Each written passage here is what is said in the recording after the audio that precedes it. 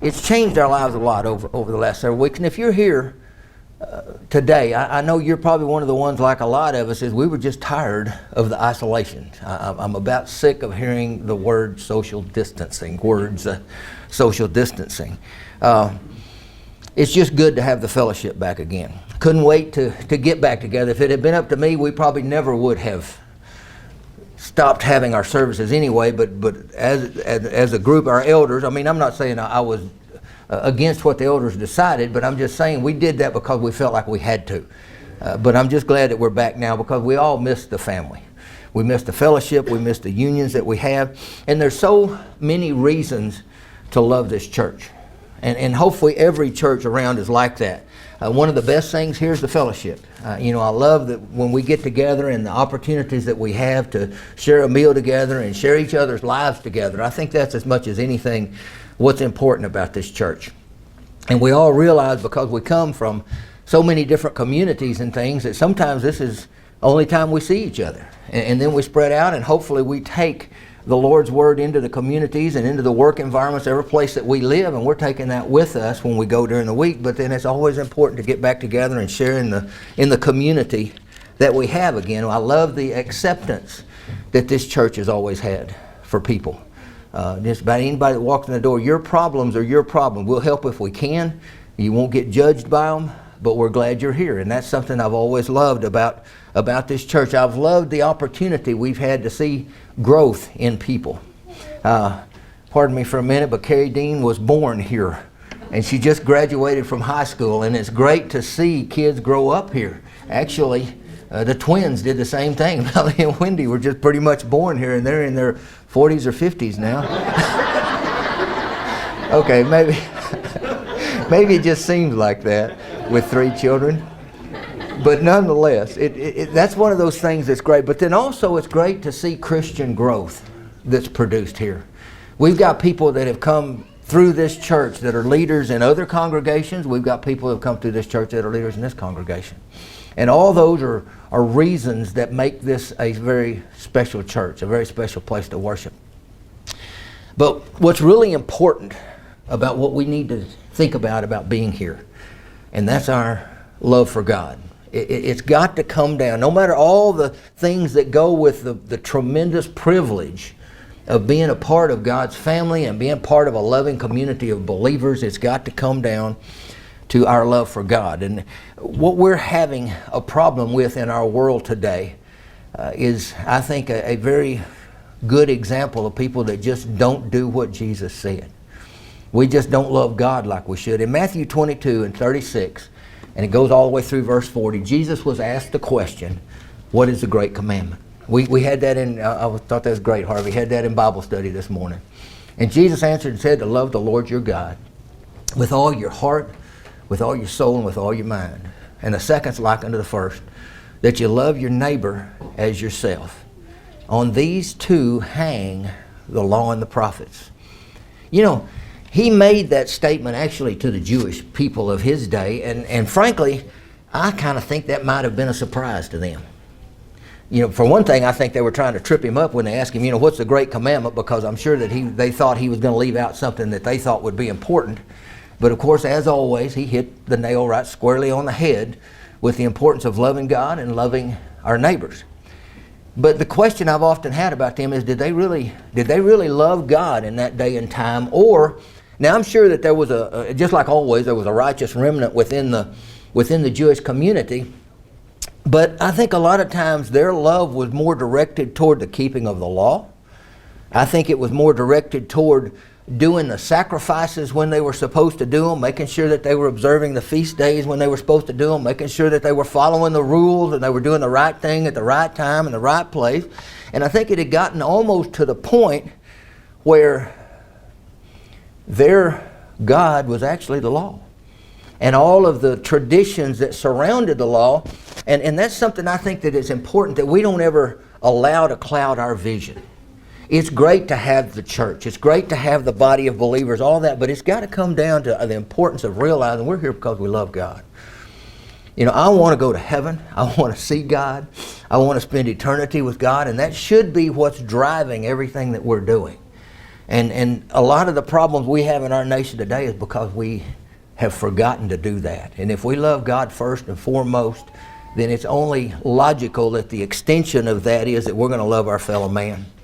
But we need to make sure that we are here first and foremost because of our love for God. A verse that I use a lot is John 14:15, where Jesus said, if you love me, keep my commandments. And sometimes, and I think I'm as guilty of this as anybody else, because I am such a convicted believer in the importance of understanding the Bible. We've got to know what the commandments are. We've got to know what He expects of us, but it's got to begin with a love for Him, and then the extension of that comes in our inclination, our desire to keep the commandments that He's given us and to become what He wants us to become. We need to make sure that we're not doing the same thing that the Jews were doing. Getting to the point where our religion is our religion, and it's not God that we're focusing on, and it's not God that we're putting our emphasis on. Loving God is the most important thing that we can do. Another verse I want to get from John chapter 14. John chapter 14 is a beautiful chapter anyway, but down in verse 21, he says, he who has my commandments and keeps them, it is he who loves me, and he who loves me will be loved by my Father, and I will love him and manifest myself in him.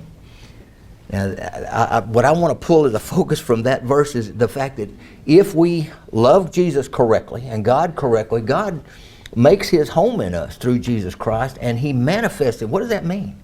It means He shows Himself in us, so that when people know us, they can see the characteristics that Jesus was trying to teach while He was here. And that's what He really means when He says, if you love me, keep my commandments, you become like me. And that should be what we're trying to do. Our relationship with God has got to begin and end with a love for Him and a desire to please and serve Him. And you know, you look at people, love motivates people to do something. Any kind, you look at young people that start dating, and the guy wanting to marry a girl, he does some silly things sometimes to try to please that woman. Sometimes we do some pretty silly things trying to take care of our kids. Why is it? Love motivates us to do something.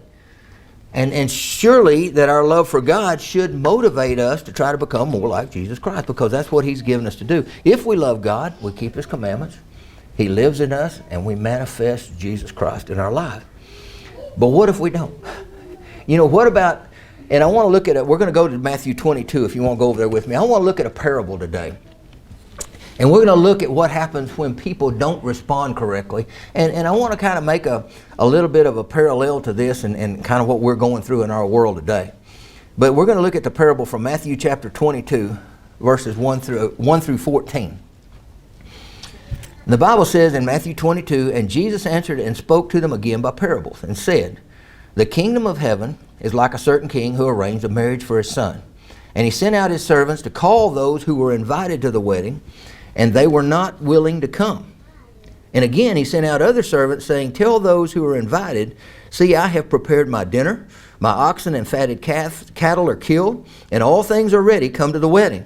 But they made light of it and went their ways, one to his own farm and another to his business, and the rest seized his servants and treated them spitefully and killed them. But when the king heard about it, he was furious. And he sent out his armies, destroyed those murderers, and burned their city. And then he said to his servants, the wedding is ready, but those who are invited are not worthy. Therefore, go to the highways, and as many as you find, invite to the wedding.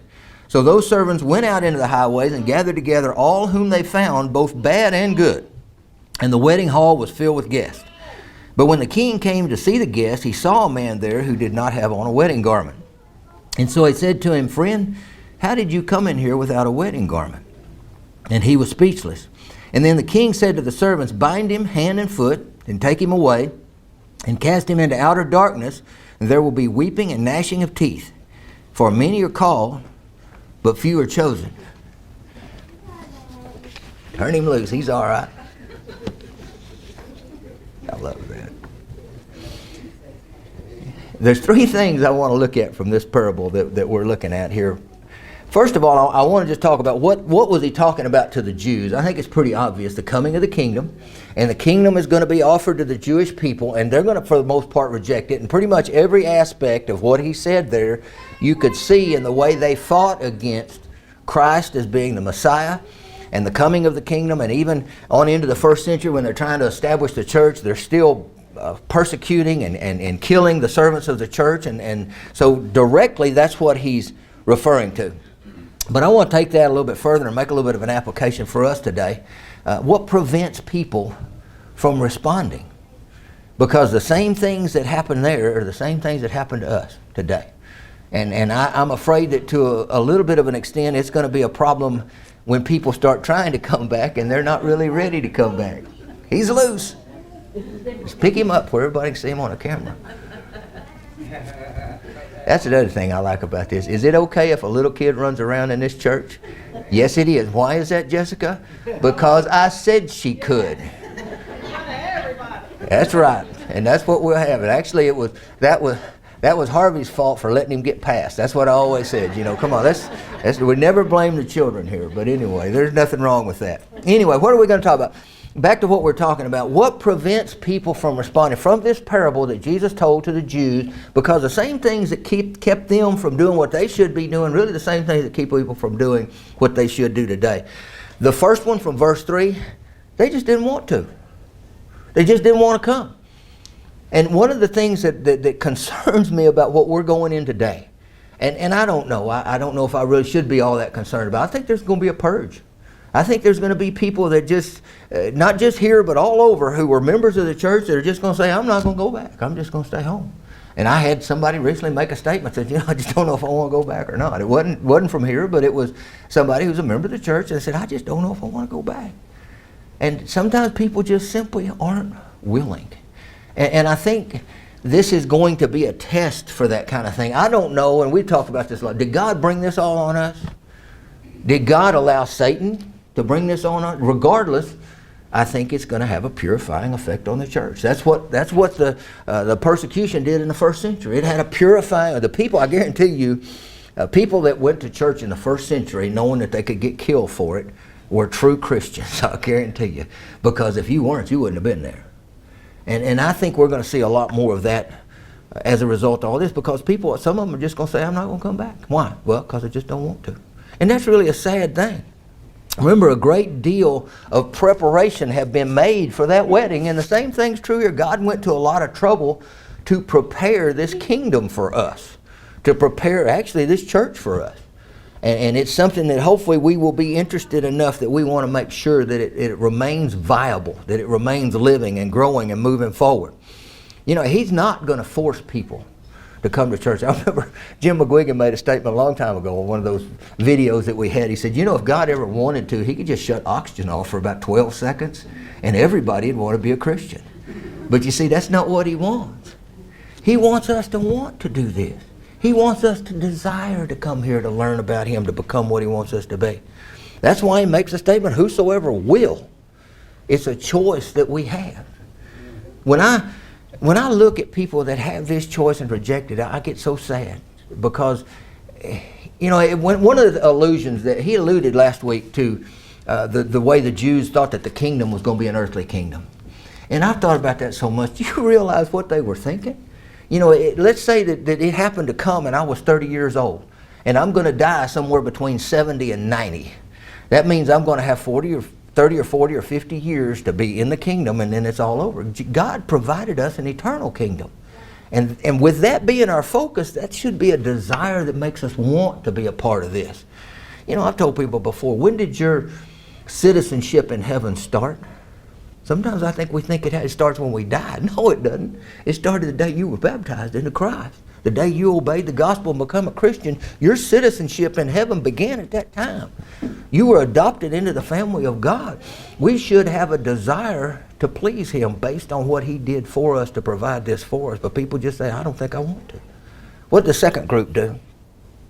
He sent them out a second time, and first of all, they made light of it. They joked about it. We've got a lot of people in our world today who think this is a joke. That think Christianity is a joke. That think that we're crazy for doing what we do. And it saddens me. And the problem, what really saddens me, there's more and more people in our country who are doing that. But the other thing is, they didn't see it as important. One of them went on to his farm, one of them went on to his business. What was the deal with that? They were too busy. I've had people tell me, look, I work 5 days a week. I've only got 2 days off, and you want me to spend all day Sunday at church worshiping God? No, God wants you to do that. I would like for you to too, but God wants us to do that. You see, that's His day. This is the day He set aside for us, but people are too busy.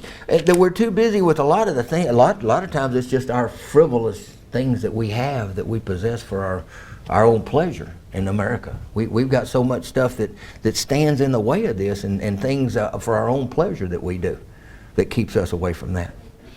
But these people thought it was funny. They just say, it's not important. I'm going to go on and do whatever it is that piques my interest at the time. The third group of servants people actually treated the king's servants spitefully and even went so far as to kill them. And this kind of pushed the king over the line, and he ended up killing them and burning their cities. Now, one of the things, we don't really have that kind of a persecution going on today. But it was something that took place in the first century, and Jesus was forecasting what was going to be taking place when the church came into being, and when the apostles were out trying to get the church established throughout the world. And people were actually doing that kind of thing. We do have to suffer somewhat of being ostracized and treated spitefully sometimes for our beliefs, but it's nothing like what they did. But in context, he's dealing with the Jews. But here's what comes to what prompted him. This is what prompted him to change the invitation. And he took it away from the Jews. And you know, that's one of the things throughout the whole New Testament. That's what Paul always did. It was always given to the Jew first and then to the Greek. But because of what was happening there in verse 8 and 9, he changed the invitation. He says in verse 8, then he said to his servants, the wedding is ready, but those who were invited were not worthy. You know what? One of the main things that I think, when I'm teaching the gospel, one of the main things that I teach is the difference between the Old Testament physical family of God and the New Testament spiritual family is choice. In the Old Testament, they didn't have a choice. You were either born into the Jewish family or you weren't. It was a physical family and a physical birth. And the main thing God did when He changed this to a spiritual relationship, He made it a matter of choice. If you choose to, those who are worthy, the ones that were most worthy were those that were physically born into His family. And they were the most worthy to be spiritually born into the family of God of the New Testament. But they chose not to do that. But we have that choice. And God changed that just so that we could have that choice, but we need to take that seriously enough. The invitation is no longer just given to them. They were invited, and now they're not. Now, this is another concept that I believe in very strongly. We are given opportunities sometimes. Last week I talked about vision, or was it the week before last? Anyway, recently I talked about vision. Seeing things the way God wants us to see them. I think there's a lot of times when opportunities are given to us that if we don't take advantage of those opportunities, we lose that opportunity. And that's exactly what he's talking about right here. Those people who were allowed to be invited to that wedding were no longer worthy, and he pulled an invitation from them. They no longer were invited. I know people that have opportunities to obey the gospel, become Christian. They don't take it at that time. They become hardened, and they will never take it. They'll never have that opportunity again, and they missed it when they had that chance. I think there's opportunities we have to preach to somebody, teach somebody. If we don't take it, we lose that opportunity. And we won't ever get that back again. And that's similar to what he's talking about right there. But then the last one, and I want to read verse 10 through 13. So those servants went out into the highways and gathered together all whom they found, both bad and good, and the wedding hall was filled with guests. But when the king came in to see the guests, he saw a man there who did not have on a wedding garment. And so he said to him, friend, how did you come in here without a wedding garment? And he was speechless. And the king said to his servants, bind him hand and foot, take him away, and cast him into outer darkness, and there will be weeping and gnashing of teeth. The man chose not to wear a wedding garment. Now, it was typical in this day and time, they would have understood that better than we did. For one thing, this is a king. He's rich. He's invited a whole lot of people that maybe don't have the proper type of garments, and in that kind of environment, they would have provided the wedding garments for those people to come in. And so the only reason that guy didn't have on a wedding garment is because he chose not to. Because that would have been provided by the person that was having the feast. And he chose not to do that. So the big question next is, who does that represent? Who does this guy represent? He is in the wedding. He is around everybody that is dressed correctly. that's taking part in the wedding, but what's he not doing? He's not taking part. He's not participating. Doesn't this sound a little bit like Revelation 3 where Jesus was talking to the church at Laodicea and called them lukewarm? He's actually in the wedding, but he's not participating in what's going on. And so because of that, and this is the misconception a lot of people have, well, if you made it to the wedding, you made it. It's kind of like those people that were delivered out, the Hebrews that were delivered out of slavery in Egypt. How many of them actually made it to the land of promise? 2. Just because they got delivered out of slavery didn't mean they got to go to the promised land. They still had to continue faithfully with God throughout their lives, just like you and I do. And you see, we don't get the option to get discouraged and quit. Get in the habit of not being in the habit of going to church, attending worship services, loving God, being a part of the church. We don't get that opportunity. And that's what he says, I think what he means with what he closes in verse 14. He says, but for many are called, but few are chosen. Everybody's got the opportunity. But whether or not they do anything with that opportunity is up to them. Many are called, but few are chosen. And one of the words in the New Testament that scares me about as bad as any other thing is the word few. Narrow is the way, and few there be that find it. That's one of those things that there were few. How many people were saved in the ark of Noah? 8. The Bible calls that few. I've read before that just a speculation that there was probably a conservative number of around 2 million people on the earth at the time of the flood. And out of 2 million people, 8 people were saved. That's a few. Many are called, but few are chosen. Now, whose choice is it as to whether or not you're chosen? It's yours, and it's mine. And it's my obligation, if I'm going to be a child of God, to fulfill the expectations he has for me. What does that begin with? It begins with loving God more than anything else in my life. That includes, as much as I love my wife and family, I need to love God more. I've got to put him. Now, here's the thing is, I've had people say, well, God expects me to provide for my family, so I'm working all the weekends, or I'm doing things with my family on Sunday. And yeah, well, if we put God first, the family doesn't come far behind that, because that's what he wants too. When we have problems like we have in our world right now, what is the problem here? We're not loving our neighbor as we're loving ourselves. It doesn't matter what color their skin is. It doesn't matter. Those things don't matter. If we love our neighbor the way we love ourselves, the way that Jesus told us that we're supposed to, we're not going to have these problems. But we've got to completely surrender and submit ourselves to the will of God. And that is to love him first. And to love everybody else as much as we love ourselves. And then we'll be what God wants us to be. And if you're not a Christian today, we're going to provide you an opportunity. And that's another thing. We're offering, what do we call this time that we're doing right now? This is the invitation. That's exactly the same thing that the king made for all those people. They were invited to the wedding. And you're invited today to become a Christian if you're not one. If you feel like you need some prayers for strength or anything like that, this is an invitation for you to come and make that request known. And you can do that while we stand and sing.